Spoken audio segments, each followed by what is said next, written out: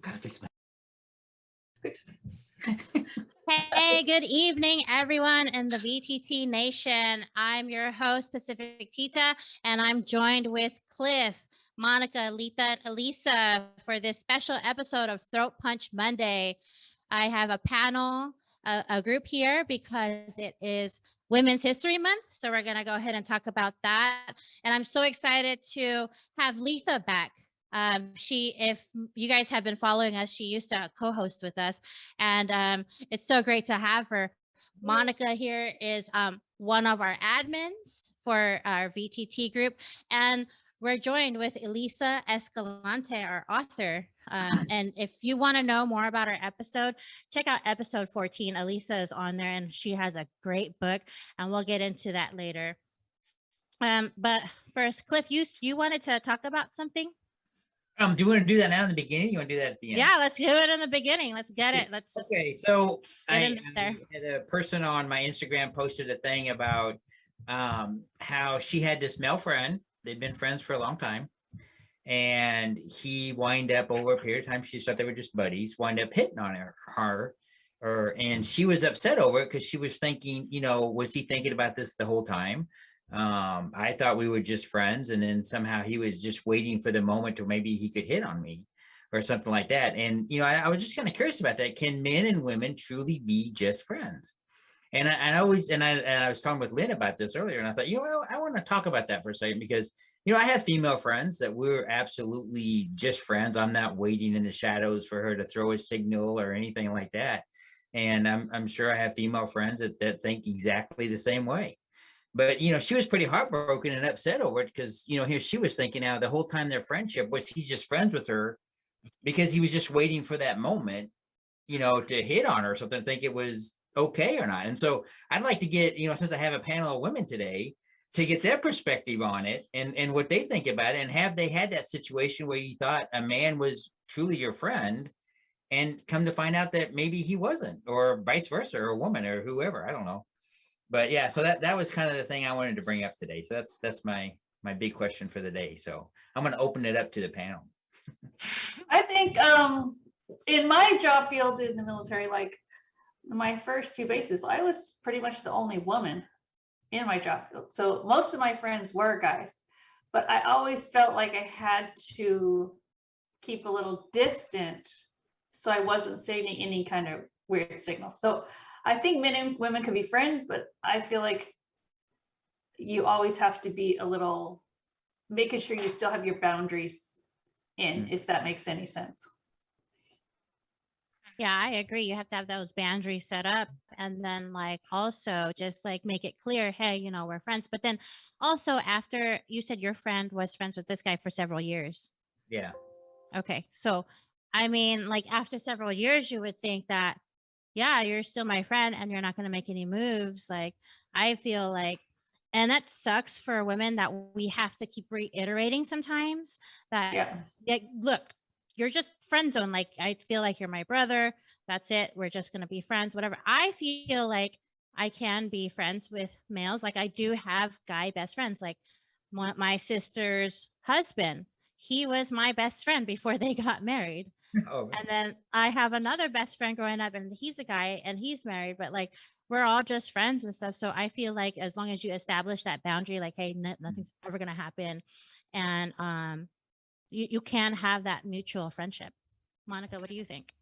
I think definitely. I mean, right now I have some really good male friends. Some of them came from VTT, which is awesome. Right. I think it's easier as a civilian to have those friendships and set those boundaries also. It was a lot harder in the military, especially overseas. In areas especially where the guys couldn't have their families or girlfriends around. So I was a lot more guarded and cautious in those scenarios.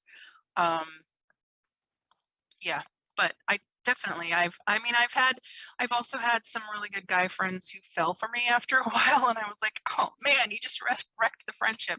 Yeah. So I don't know, even sometimes if you're as upfront as you possibly can be, it still happens. But it's tough. It's hard. I've had deployed and I've had, women hit on me, and I was married the whole time I was deployed. And I'm like, look, I'm flattered, but I'm not interested. I'm married. And, it's just not for me. It's not how I operate. I Right. mean, I had, a room by myself there in Iraq, and I work nights and I sleep during the day, and all of a sudden the lieutenant's knocking on my door, and I'm like, what do you want? Right. And she says, oh, well, so-and-so. And I said, can we talk? And I never let him step into my cube. I always stepped outside. I never let anybody walk into my room. And that was just me, because to me, since I'm there by myself and I don't have a roommate, for one, to me, that just didn't look professional. And two, I wouldn't be interested if she was going to talk about anything other than work. And I think once I put that wall up, I think, they kind of figured out that, I wasn't that guy, but I never should have had to do that. Right. When I was at headquarters Trade Talk, you guys remember not the old, but you remember the sexual harassment courses they used to give in the military? Yeah. Yes. Walk up and the supervisor would massage your shoulders or something Yeah. silly like that. We used to call it red light treatment. Like Yeah, that's red light behavior. Yeah, right. Yeah. Yeah. And so I'm sitting at my desk, and my supervisor literally came up and she started rubbing my shoulders. Oh God. And I'm Oh no.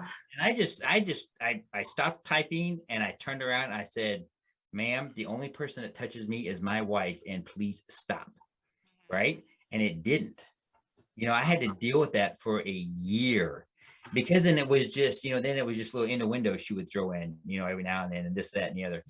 And it just became a very, very odd, situation. Uncomfortable. Yeah. Yeah. And she was my raider. Right. Yeah.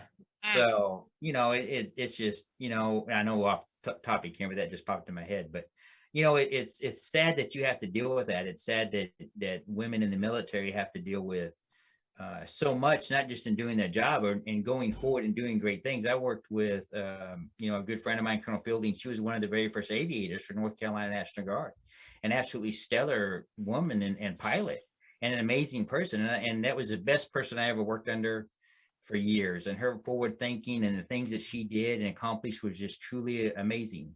The first woman that I had as a taking my private pilot license was, she used to ferry the Mustangs in World War II, back and forth, when they're doing the B-1 and B-52 bombers or whatever. And she had an amazing life, and to listen to tell her stories, being a pilot back then was pretty incredible. Of course, I wasn't allowed in combat back then, but I mean, for her to be a pilot and the way she was teaching me, she was just absolutely incredible. And I was very thankful to have her as a private pilot, instructor, and with her history, it's pretty amazing. That's cool. Elisa, what do you think? Can men and women be friends? Times, but I think that only works out if neither of them hold intimate feelings for each other. And that's probably the only way that it's possible. And if feelings do come up, then I think the person, there's got to be some responsibility on not allowing that person to get strung along, and that's the trickier thing I've noticed sometimes, because I have had some female friends that they insist that, I'm just friends with him. I tell them all the time I'm just friends, but then sometimes actions can speak louder than words. And if there's still a lot of intimate hangouts, they might still be getting the wrong idea. So I always caution, like, hey, you can be blunt, but for some reason, some people really don't get the hint. And then if they continue to not get the hint and keep trying to make moves, and that's the time it's probably best to cut it off or really make some boundaries, because they're going to harbor those feelings. It's going to get stronger. It's going to get awkward. So I think the general consensus is that men and women can be friends as long as we establish boundaries, right? Yep. And then it might get awkward. So let's go ahead and move on. Letha, I want to talk to you. So we're so excited to have you back on. Tell us what you've been up to. Tell us everything you've been up to. I'm teaching now. I teach at a small private school for special needs children. And so, and taking college classes. So my life just got kind of busy, but I appreciate you inviting me back. I've missed it a lot. We love having you back. Definitely want to get your perspective, and way to go for teaching and going back to school. That's both very hard work. Monica, tell us about yourself. Hey, so I work in corporate America. Don't think I can say because I'm not representing the brand on VTT, but I work in product development for a restaurant company. We have restaurants across the nation and in lots of different countries, and I juggle ingredients for the brand. So the main reason why I asked you both here is because you guys are both pillars in our VTT community, and we love you guys so much. And because it is Women's History Month, and some people are against celebrating Women's History Month. They think, oh, we shouldn't have it. Do you guys agree that we shouldn't have Women's History Month? Like everyone should just be equal. Like it just should be a thing. Like everyone just assumes that we're all equal and everyone thinks that, oh, women are up to par already. Well, I won't call them out since we know who you're talking about. But the bottom line is we are not equal, and we have been fighting for equality for hundreds of years, and there is no equality there yet. I mean, it would be great if it was something, if gender, color, race, religion, if all of those things were on an equal basis in everyone's mind. It's just not the reality. So I think it's really naive of some people to say, oh, we don't need this because we celebrate it every day, when what they're looking at in the media and history books and school books is men's history, is Right. white men's history, basically white wealthy men's history. And what you don't see is the celebration of women in every field and, you know, so forth. Right. And so growing up, I didn't see like corporate women like up on, on the corporate ladder. I didn't see people like Elisa Escalante being a mental health clinician and a mental health advocator. I didn't see people like Lita who are leading the way and, helping her community and also going back to school. I didn't see that growing up, And so I think it's important to have that representation. Right. And even when I joined the military in 91, I was thinking about it in earlier years, I never saw any, girls or women on the commercials. And, I was in during our BL You Can Be Army of One, there were no. Hey, big girl said, LOL, call me out. We love you, Nick. We'll see you next month. We're going to thank you. What the heck? So, Elisa, do you think that celebrating women's history is important? I mean, yeah, I think it's fine to have it too. I guess I'm more curious about why it would offend people. Really, that would more be my question. Called fragile masculinity. It's just like, I mean, if you want to celebrate something, you want to celebrate something, and I would be wondering why is it offensive? More than anything. Lisa, what do you think? I think we should have it. It's not been that long that we've actually had the right to vote, right, in our own country. We've actually had the right to own our own land and not have our husband just go and take whatever. There was a time, even if like in the 1800s, if you got divorced, you rebuilt yourself back up, your husband could just come and take everything, right. Your ex-husband. Like, it's not like we're up having parades or anything like that. That would be kind of fun. But no, it's good to just bring awareness. That'd be fun, huh? Right. It'd be good to bring awareness that, yes, we've come a long way, but there's a little bit farther that we need to go. So a lot of people look to United States of America kind of as like, the country who's kind of progressive and doing a lot of things. You see around the world that women don't even have rights. They're property. They have to have a man escort them out. Like they have to cover their face and they can only show their eyes. And even that, some of them have cages over their burqas. Like, and I'm not saying there's nothing wrong with that. That's their culture, but they're still treated wrongly. And so they can get killed for just even saying, talking back or whatever it is. You see countries like El Salvador or even Native Americans here in the United States going through femicide, right? So they're killing their women on purpose. They're legit killing their women, domestic violence, all this stuff. And so I think it's very important to shed light on strong women being resilient and being able to fight through the things that we have in this recent history.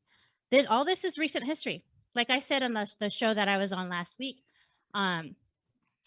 we can learn about it now. It's fine that we celebrate it now so that our future generations won't have to, because then for our future generations, it'll be put in our history books.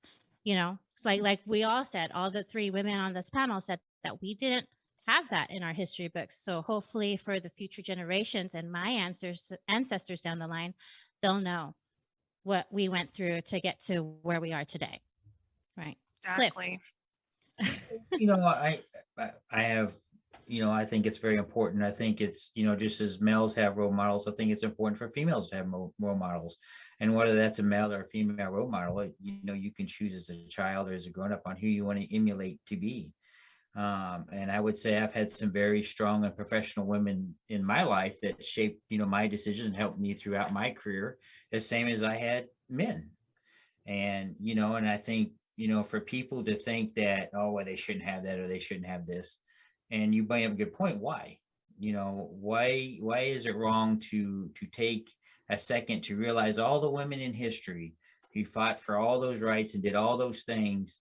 Why should their what they did and accomplished be forgotten? Just the same as anybody else who's accomplished anything in their life and is proud of it and done things. Why should that also, you know, be forgotten?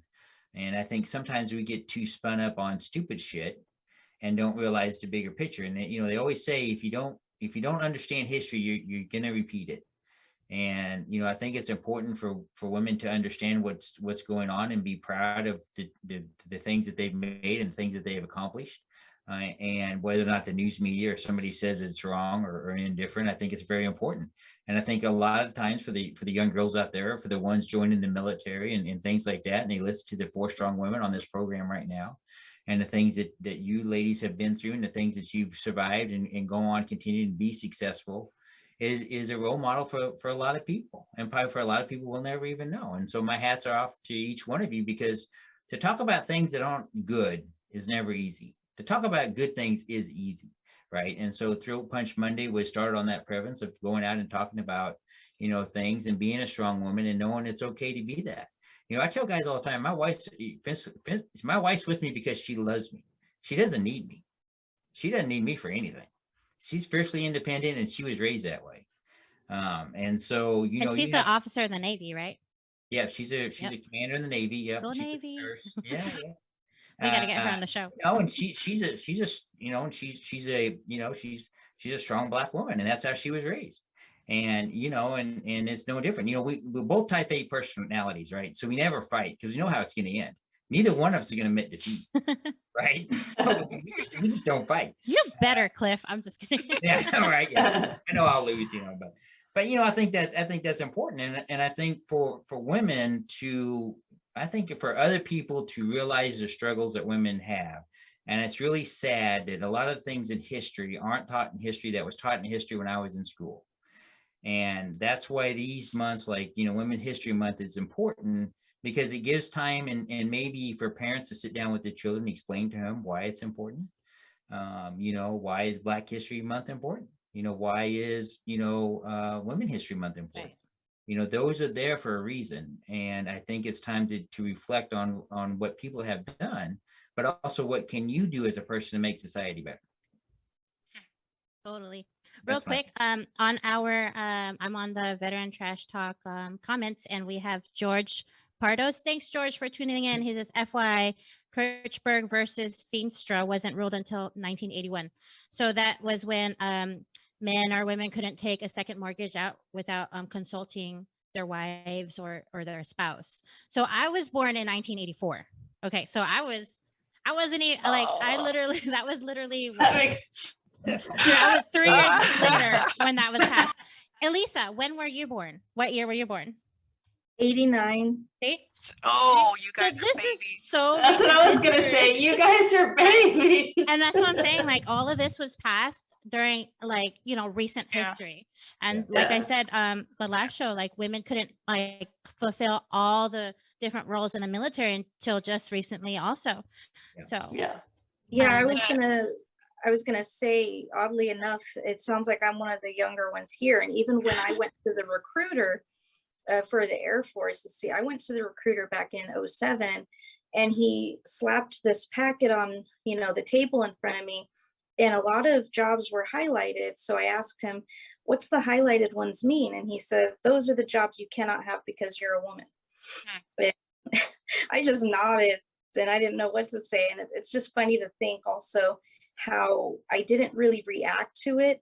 It felt so normal to me, like just that, oh yeah, I'm a woman, I can't do things. And at the time it was just like the norm to be told that. But looking back now, and now it definitely makes me wonder. There was a story that my grandmother used to tell me about how she forged my grandfather's signature to buy a house while he was at sea. Otherwise, they wouldn't have had the house that I practically grew up in, because she wasn't allowed to buy it. Even though she controlled the money, she raised the kids, the house was her charge.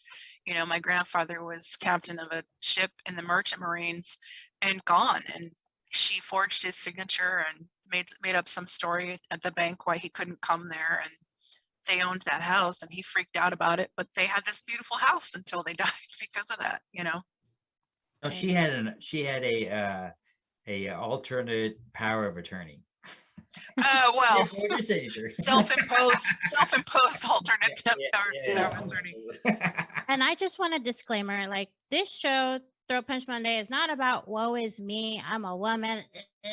Like, God, look at all our suffering.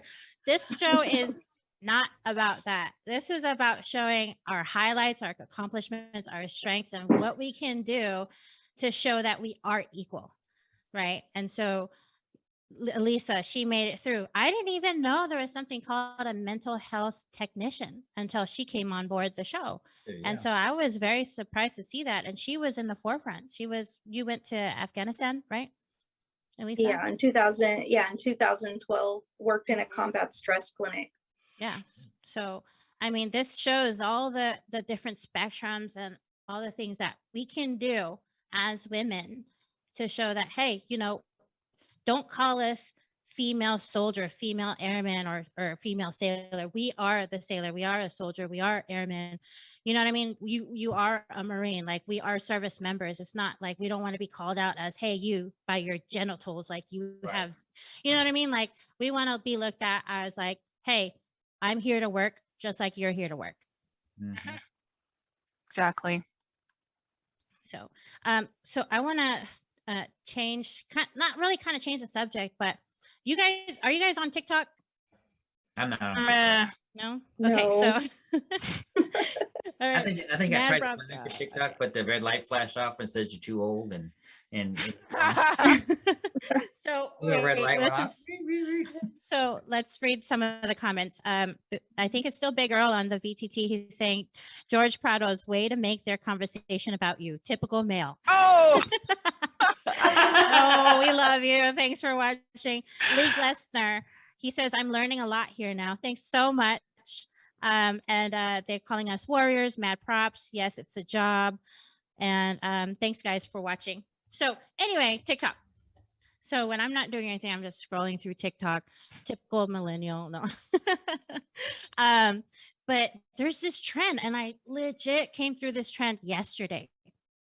And it's on this one song, and guys are using this trend to say, oh, how about, like, imagine me taking you out bowling and then I bludgeon you with a bowling ball and then you die. Or imagine we go to the beach and I push you into the shark infested waters and you're unalived. So they're saying unalive now. Unalived? You can't, like, because if you say the M word, It's flagged. or the S word, right? Right. It gets flagged for community guidelines, and like, whoa, that's bad. So, or another guy said, what if I take you to the volcanoes and I push you into the lava? Right. Now, is that a joke? Should that be funny? Okay, so maybe they made it funny, right? But that is not funny.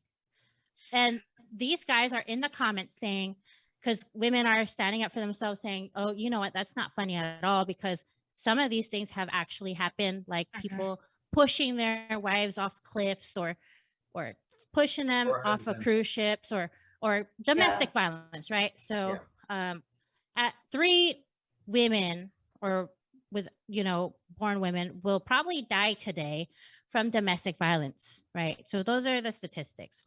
And these guys are saying, oh, why are you so sensitive?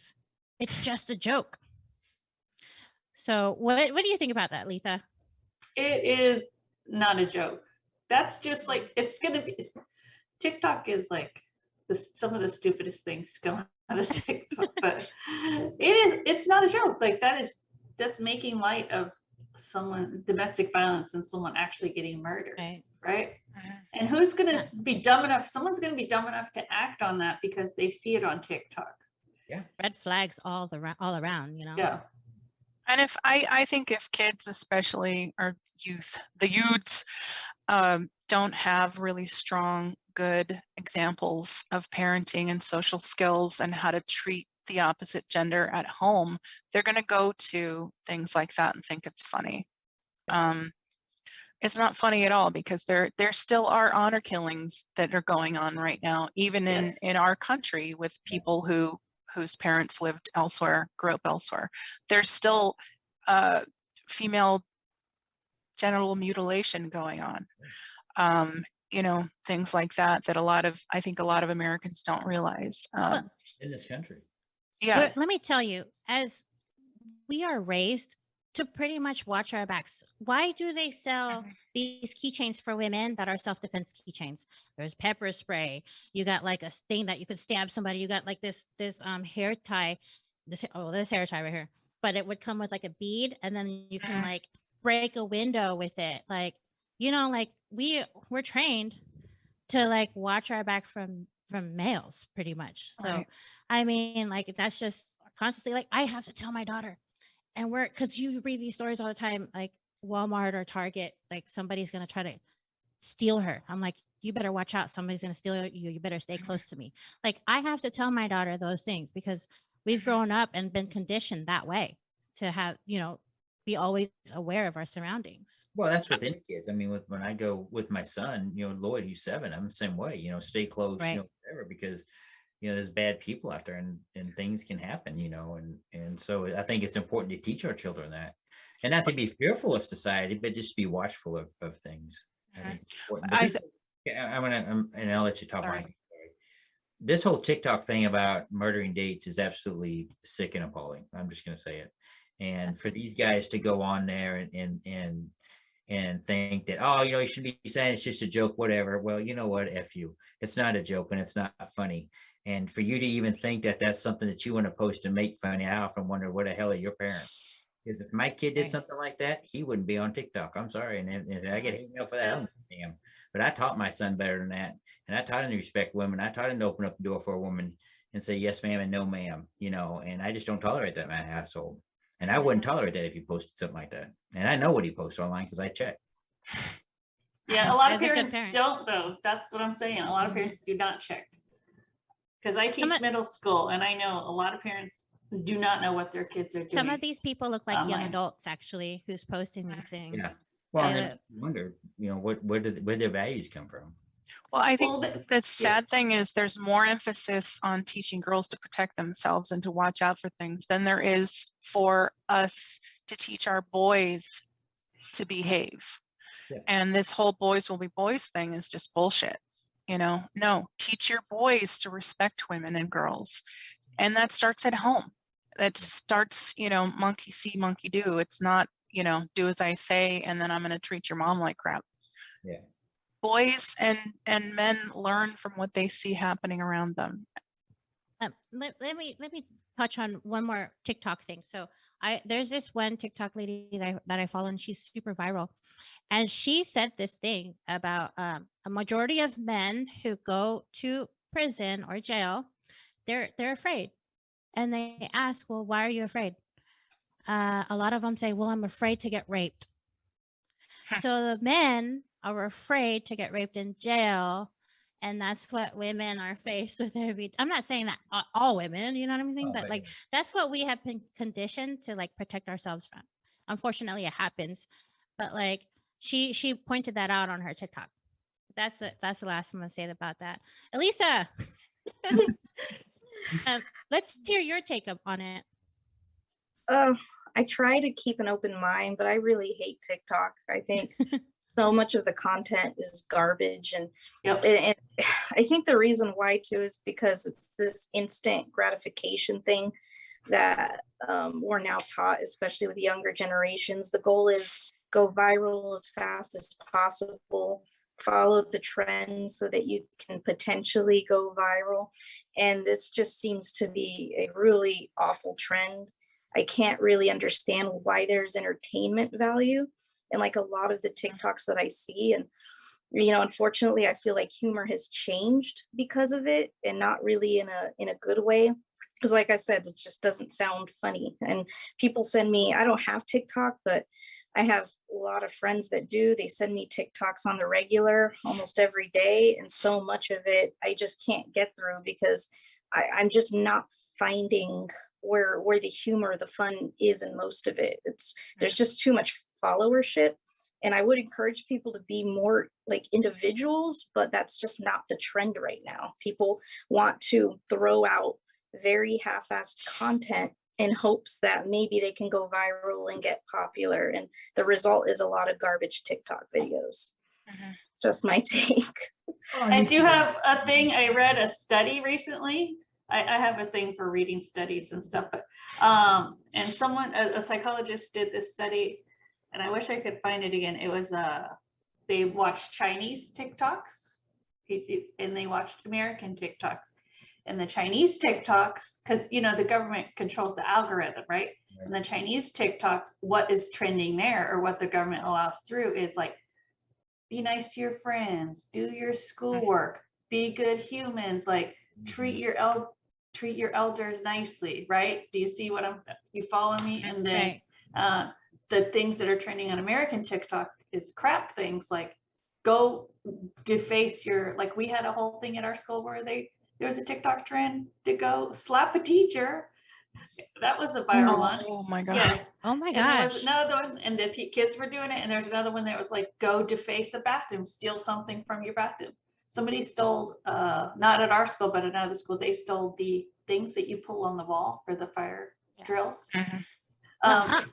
So it's funny that China controls TikTok, but the algorithms they let through for their own kids is actually positive things. Yeah, to be good behaviors. But for us, they want to see our society just spiral down, I guess. I don't know. Well, I've seen a lot of positive on my side of TikTok, because I scroll through a lot. I've seen people helping homeless. I've seen people doing good deeds. You know, there's a whole spectrum of that. But I'm gonna go back to what Big Earl said last week. He said if we were just like commies and China, we would all be the same and have to do everything like the robot way, the same way. And I think TikTok actually highlights individuality as much as it like forces people to do followers and all that stuff and follow trends and stuff. I think a lot of those things have good aspects too. So there's good and bad in everything. I really don't agree with making people watch this like you have to watch this. You know what I mean? Like to be this robot society, like that's not us.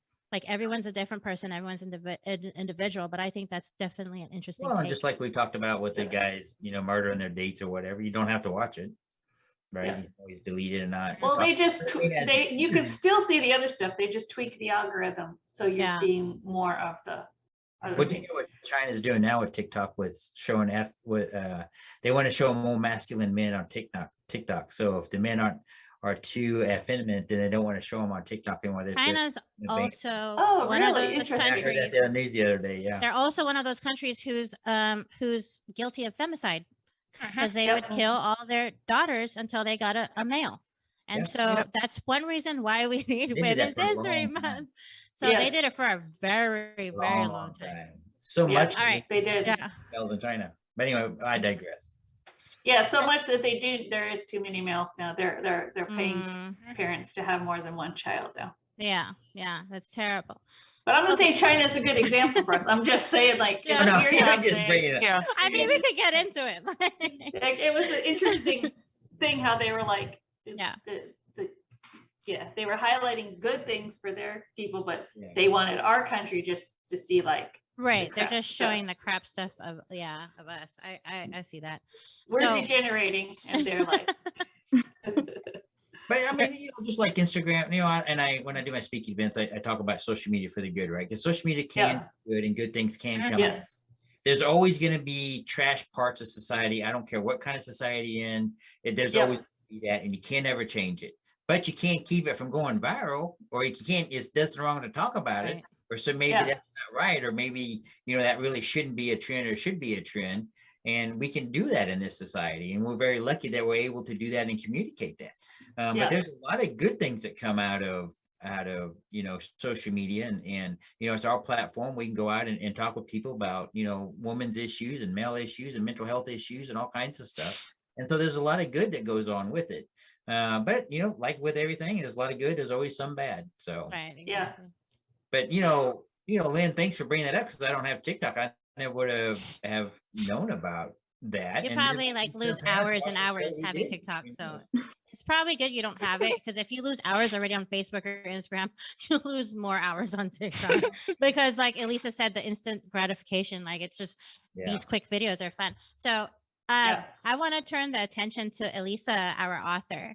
So she was on our last episode. So if you haven't watched it, go back on Veteran Trash Talk on our channel. Our Throat Punch Monday. She was on episode 14, and we loved her on that episode. Elisa, go ahead and talk about a little bit about yourself, what you're doing now, and a little bit about your book. Sure. So I'm now 8 weeks into behavioral health consulting. Wait, can y'all hear me? Yeah. Yeah. Okay, just making sure. Sorry, the screen looked funny.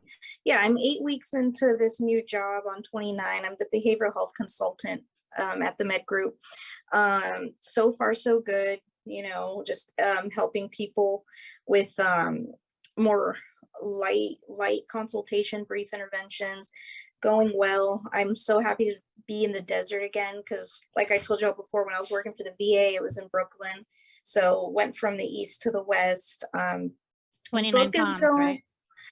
Yeah, 29. And I'm house hunting currently, because I'm not trying to move anymore. So I'm finally in the process of, looking for something, wanted to use the VA home loan, just getting settled, tired of moving. Been there, done that. And then with the book is going good. Recent update, it's in a library now too, which is awesome. And what's the book's name? What's the title? Unseen: Uncovering the Invisible Wounds of Military Trauma, published last year, July of 2021. Yes, July of 2021. And I've been talking with my publisher recently, and the overall things are going good. I'm just happy when people have feedback for me. But like I said, it is in a library. A lot of people have gotten some copies of it, and the goal is maybe one day it'll even be in a college course where there's literature on veterans. It's just, it's all about, it's self-care, it's psychoeducation. It's a way to fill the gap between civilian and veteran. And I'm still trying to go on podcasts every now and then, just to keep helping and spreading the word. Awesome. Congratulations on that. Thank you. Tell us a little bit about your blogs.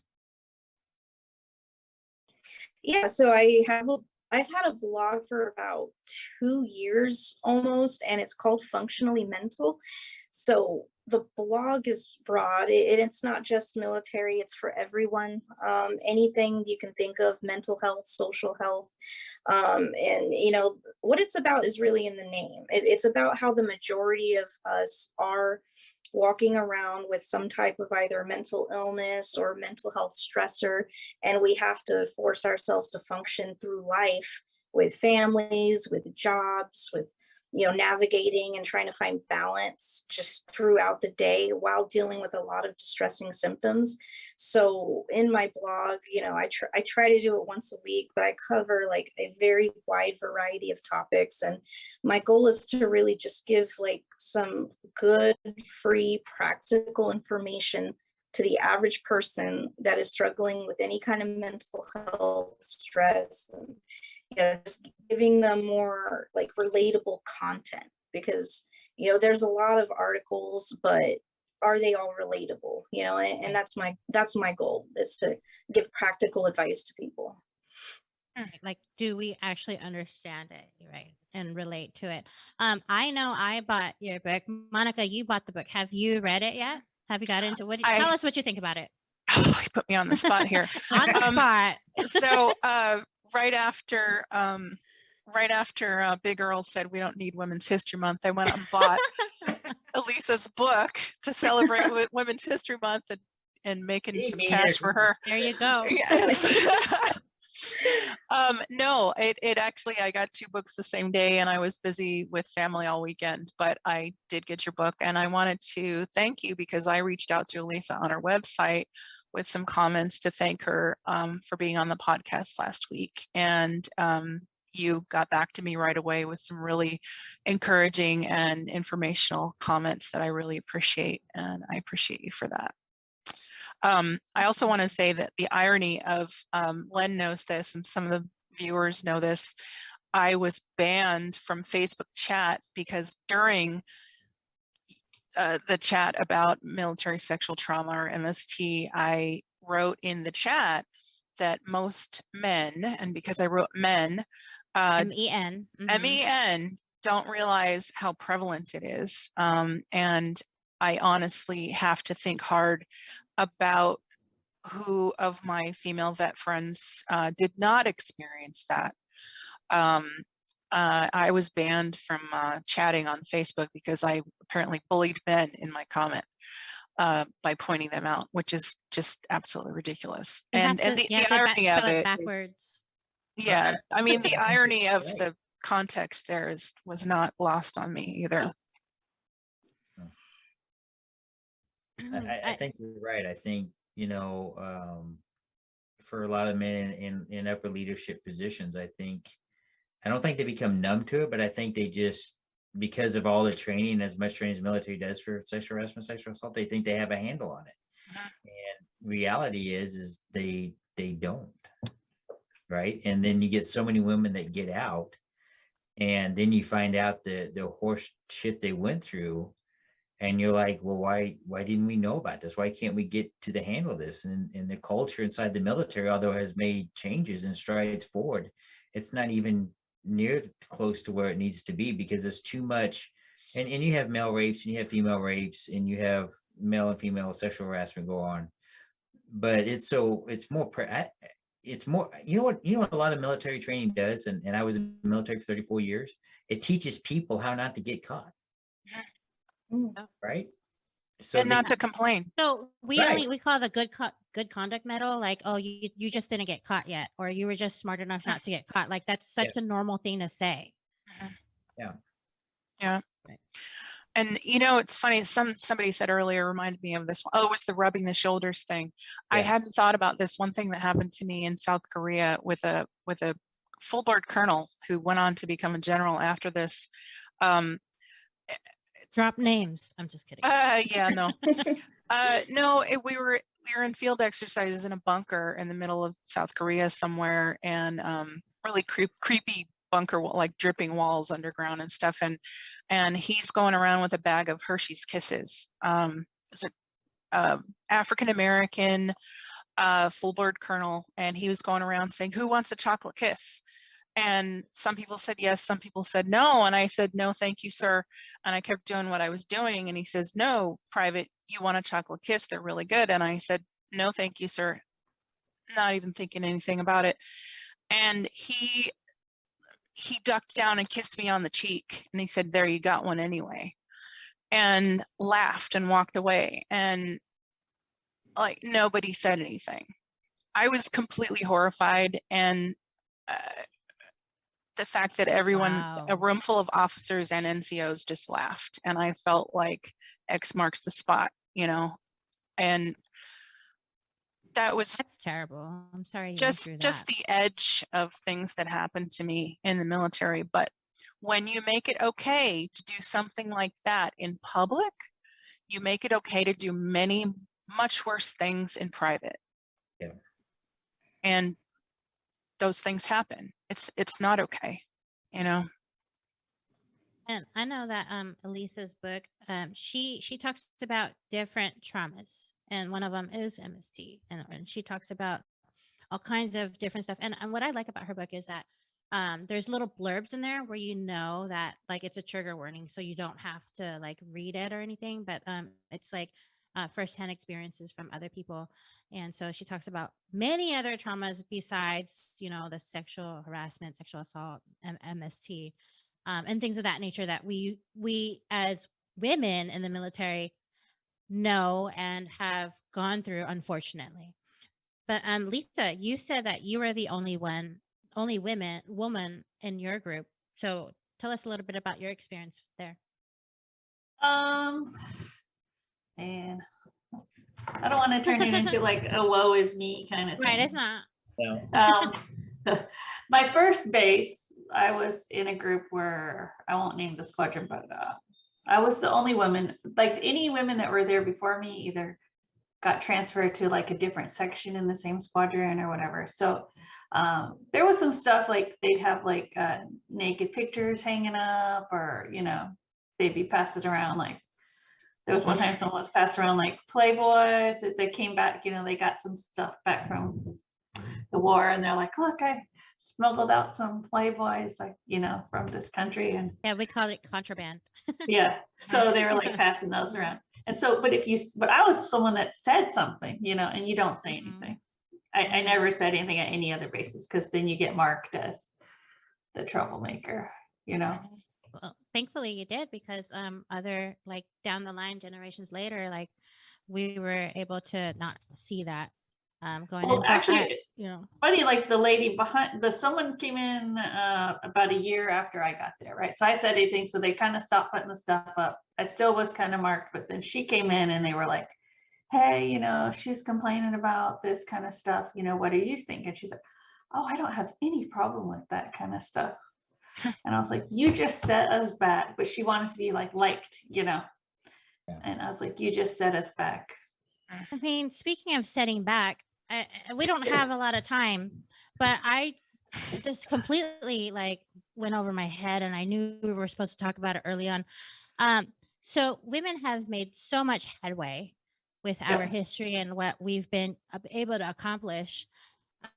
Recently in the news, it's been like a hot topic where a trans woman won that swim competition, and I don't follow sports, or I don't follow swim sports, so I don't know. How do you feel? How do you guys feel about a trans woman winning this competition when they were born with the XY chromosome? Can I go? Please. I don't agree with it. The sad thing is, if you're going to have transgenders in sports, that's fine. They need to have their own group, their own thing, because I don't care if you're taking hormones and pills. A man is always going to be physically stronger than a woman. That's why if you look at the way this swimmer was rated as a man, he was like 462 or 466. And I feel bad. Yeah, I feel bad for the girl that came in second, who probably trained her whole damn life and was probably number one and has been for a while, for that to happen. And shame on the NCAA for allowing it to happen. And it never should. And Caitlyn Jenner, she's come out against it. Believing that a transgender, that's fine, but they need to have their own sport, because men are physically stronger than women. We know that. There are some women that can be equal, and some women that can beat men on an equal playing field, but that is very rare. And for them to go in there and take away women, I don't agree with it, because look at the photo, and you see the mother in the stands. You see the video on, I think it was on TikTok, or what, I saw it on Instagram, where she's like, look, I'm no doctor or veterinarian, I think she said, but that's a damn man right there.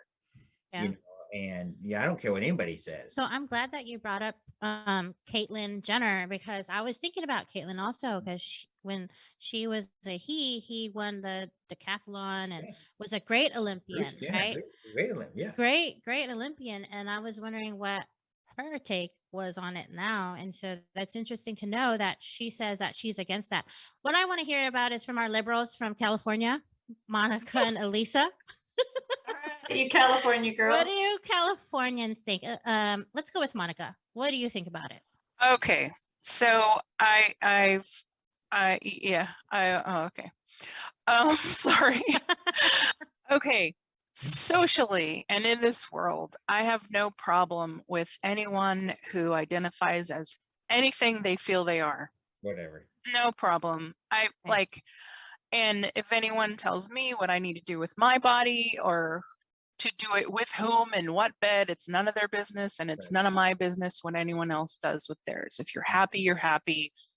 That's great. However, I firmly believe that, I mean, it's not rocket science. It's just plain old science that men and women are built differently and we have different strengths and weaknesses. And if I were a female athlete competing against a trans female athlete, I would feel gypped. Yeah. I would feel it's not fair at all, because just biologically that person is far stronger than I am. So I know there are people in my own family who would argue that point against me, saying, well, it's only because of what's between their legs. I'm like, no, it's not. There's a lot more to it. And I just don't think that that's a level playing field at all. No, it's not. And shame on them. I'm sorry, shame on them. Yeah. Elisa? Artist. So I know on a very personal level, almost every single time I step into a gym, I feel those differences. It isn't even an opinion. It's something that I feel every time that I have trained. I have sparred with men. I have grappled with men. And it's just, when I've heard people say that there's no difference, it's just not true. I challenge anyone that even if they're feels that taking the way. hormones, the estrogen hormones, to transition from a male to female, I think biologically they still have that XY chromosome. So, right. See, and that's the thing. I don't believe that I have specifically sparred with a transgender woman that has converted. There has been MMA fights. There has been actual MMA fights where someone that was born as a male transitioned to female, fought, really messed up a woman still. Yeah. But then on another hand, she lost to a different biologically born woman. But I think more my point is that there is an argument that there's no difference at all, like men, when biologically. However, I mean, if you're a woman that spars with a man or grapples with a man, you will feel it every day that there is a huge, enormous difference. And I've been even being punched at 20 to 25% by a man, gave me wake up calls to that. And just knowing I've trained for over 7 years, and sometimes a white belt can come in at just 1 year experience and just manhandle my body. He's not more technical, he's not more skilled. It's just that physical advantage. But I agree with what was said earlier. I mean, transgender people, they have rights. They deserve to live without harassment or fear. But the division, having a transgender division, to me just makes more sense. I would have to agree with that. I feel like I'm not saying these people, but trans people or non-binary or whatever they identify as should have their own category. And I feel like people should be all who they can be, live who you want to live, live who you think you are, or who you feel and love yourself to be true to yourself. But personally, I would have to agree with the entire panel. And Lita, I know that you agree with all of us, right? Yeah, I actually looked up. No pressure. No, I actually looked up. So she told me earlier, she's like, well, I don't believe it. So I was like, I didn't really want to put her on the spot. No, I hate it. No, there are medically, there are physiological differences. I actually researched this because I like to give so their cardiovascular district. So they have a better VO2 max than women. Their bones and ligaments are longer. So they actually have an advantage there too. So even if they're transitioned, they're still going to have their bones and ligaments longer and stronger than women. They're still going to have a different physiological. They're still going to have the XY chromosome. They're still going to have the advantage. So I think they should just have their own category. I mean, it wasn't really until, and I researched when women's sports. So it wasn't really until 1972 that Title IX was made, that women could actually compete in more sports than men. And before that, it was the Rosie the Riveter age that women were actually started to be allowed to be more, that it was celebrated that they could be strong enough to go work in the factories and all that, when before they were held down and, oh, you have to be feminine and this and that. So like, we've come a long way, and we've got, like, it took all this time. Don't take away we made from- all that headway, right? Yeah, so I remember the first female runner, not first female runner, but she ran the Boston Marathon without like illegally, and she did Yes. it, as a female, and now, I'm a former marathon runner and Yep. obviously a woman, and like I look up to athletes like that, and we made so much headway to make our space equal and to be known. And it is Women's History Month, and congratulations to the trans woman who won. But I feel like we should all have our own space as far as the sports goes, right? I mean, because in the military also, they can't enlist because of the medications or something. So I mean, if you're on these certain medications, then I mean, we should all abide by the same rules, right? Like, you can't be on like hormone therapy or make yourself better or whatever. Go ahead, Cliff. I don't remember the comedian, but the comedian brought up a good point. He said, well, what if LeBron James decided that he was transgender and he transgendered and went into the WNBA, he'd score 1,000 points a game.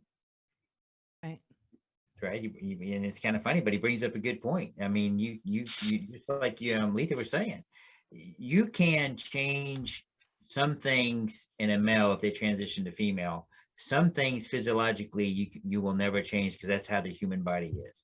And so there's always going to be that level that somebody is going to be better because of the way they were born. And that's just how it is. And no matter hormones are going to change that. But I want to say kudos, and I don't know who it is, but the lady that got second spoke up against that, and she got banned from Twitter. But I want to say kudos to her, and I wish to God I could remember her name. But thank her for standing up for what was right and saying something out about it. And don't worry about Twitter being banned yet, because I think in run you're going to be proven correct.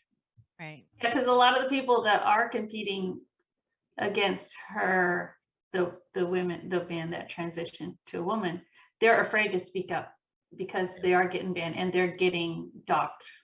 Yeah. I mean, it's opening up a whole can of worms, right? Oh, I can't make it in this male sports. Let me transition to female sports. I mean, that's kind of like what they're saying. Sports again, why have them again? I mean, really, if you're going to let a male say that I'm a female today and they compete in your sport, what's the point in having women's sports? It's ridiculous. They don't need to be there. They can have their own transgender sports if that's what society wants. Then have or put it. Yeah, exactly. Look. Okay, here's the thing. Now, I don't know if you guys know about wrestling. I was a wrestler for a lot of years. I wrestled to age 5 in college. Women's wrestling's huge. I mean, it's huge in high school, but they have their own league, because at a certain point, men just get physically stronger than women. And I've seen a lot of badass women wrestlers in my time, and men can physically out and handle them. But the women's wrestling league has gotten really popular all across states. I don't know if you guys know this or not, but it's immensely popular. There's a lot of great female wrestlers out there. My son had a couple on his wrestling team. They went and they wrestled, but then they had their own tournaments and things that they did together. And, in 8th grade, they kind of wrestled, boys and girls still wrestle together. But once they get in high school, they have their own league. And it's pretty amazing to see wrestling and girls in wrestling now and the strides that they've made. And it's pretty impressive. But they have their own league, and that's great. And that's awesome. And I'm glad to see that it's gotten really as popular as it did. And because I love the sport of wrestling. And I think, Elisa, you do jujitsu, right? Yeah, I do Muay Thai and Brazilian Thai. Jiu-Jitsu. I've trained in an MMA gym as well, so I've taken some wrestling classes. I've taken boxing. I mean, yeah, I've tried to do a little bit of everything, but my main one is definitely Brazilian Jiu-Jitsu. That's my number one. And with wrestling, I remember when I was in high school, I didn't wrestle in high school. I wish I could go back in time and do it, but my brother did. So I watched a lot of the meets. And, the unfortunate thing is at that time, it was so rare for the one female on his team to find an opponent. Yeah. So they had her against guys a lot, but it looks like now, like what you're saying, now there's more opponents for women like these days in even high school wrestling, which is great. Yeah, I actually enrolled my daughter in MMA, so she does BJJ and Muay Thai. So, Good. yeah. So, well, let's go ahead and wrap up this show. Let's get some final thoughts. Monica, let's start with you. Do you have any final thoughts for us? Sorry, I just drew a blank. Happy Women's History Month. Thank you. Yes, happy Women's History Month. Letha, thanks so much for joining us. We love you so much. Do you have any final thoughts for us? Yeah, I think that happy Women's History Month, of course. So there you go, big girl. Anyways, I think that I just want to come that I have no problem with transgender people. I mean, I have a lot of friends that are transgender and all that. I just think there's a physiological difference that maybe something needs to be done to kind of give them their own category to even the playing fields. And I also think that Women's History Month is important because we're still making a lot of strides forward. There's still some things that need to be done to make more things equal. Thank you. I agree with you, Letha, on both counts. I think everyone has a place on this planet and everyone deserves love and happiness, no matter who they are or want to be. And absolutely. Yeah, I just didn't want to come off as hateful or anything like that. Yeah, But me too. Yeah, we love everyone. So just disclaimer, we love everybody on the show. Thank you so much for tuning in. Cliff, do you have any final thoughts for us? What did Elisa have any final thoughts? Well, she's last. Oh, she's last. Oh, Yeah. I didn't. Because we're gonna give her plugs and her like links just and like all that. everybody said, I said a couple comments. I'm not anti anybody. I believe everybody's on this planet for a reason, and we all have our way. I just think that taking something away from somebody that works so hard because of your physiological difference is wrong, and that's how I feel. Sports wise, because I was a sports guy. Being Women's History Month, I just want to say thanks to my mom. He raised a great son, a child. And and I am very appreciative of that. And we grew up very poor in Missouri, and she's a very strong woman. And I want to thank all the women in my life that have shaped my thoughts and views, to include the 4 women here on this panel. I want to thank you for your thoughts and your positions and things that you brought up. I learned something new every single day doing this podcast, and that's great and awesome, because each day that we don't learn something new is a day that was wasted. And so I always tell people, go out there and learn something new today and be happy. And that's my final thought. Cliff. Elisa, thanks so much for joining us. Drop us your links and the links so that we can find your book and your final thoughts.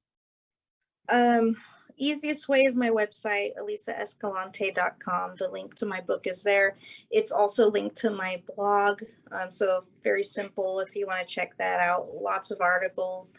And, I'm just thankful for everyone's time and just hearing everyone's point of view. And I encourage self-care for everyone, and just continue, learn, grow. Thank you for having me. Thank you. And for those of you who haven't watched episode 14, Elisa has so much more to talk about. She has such a great history and background of what she has done for the community as far as suicide prevention, veteran suicide. A lot of research has gone into it. And she has just been a great pillar for our community and a great asset. So go ahead and tune into episode 14. That's the show before this one on Veteran Trash Talk channel, wherever you get your podcasts. It's actually, our show is called Throat Punch Mondays. Thanks so much for tuning in. Make sure you check out our website, www.veterantrashtalk.com. On there, you can find our shop, all our shows, and about us. Until then, I'm so happy and that you guys were able to join us, and we'll see you guys next time. Bye, guys. Care.